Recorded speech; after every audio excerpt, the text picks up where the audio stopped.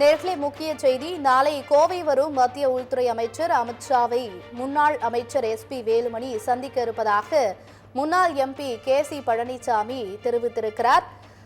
சத்தியம் தொலைக்காட்சியின் சிறப்பு நிகழ்ச்சியான அரசியல் சதுரங்கம் நிகழ்ச்சியில் பங்கேற்று பேசிய அவர் இதனை தெரிவித்திருந்தார். அமித்ஷா SP வேலுமணி இடையே முக்கிய பேச்சுவார்த்தை நடைபெற இருப்பதாகவும் KC பழனிசாமி தெரிவித்திருந்தார். இது தொடர்பாக சத்தியம் டிவியின் சிறப்பு நிகழ்ச்சியான அரசியல் சதுரங்கத்தில் அதிமுக முன்னாள் MP KC பழனிசாமி பேசியதை தற்போது பார்க்கலாம்.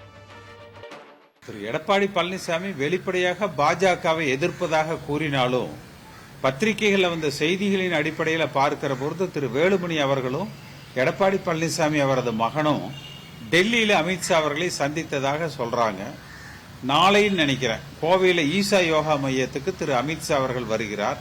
அப்படி வருகிற பொழுது எடப்பாடி பழனிசாமி திரு வேலுமணி அவர்கள் மூலமாக சில பேச்சுவார்த்தைகளை நடத்தி கொண்டிருக்கிறார் என்று ஹேசியமாக சில செய்திகளும் வருது.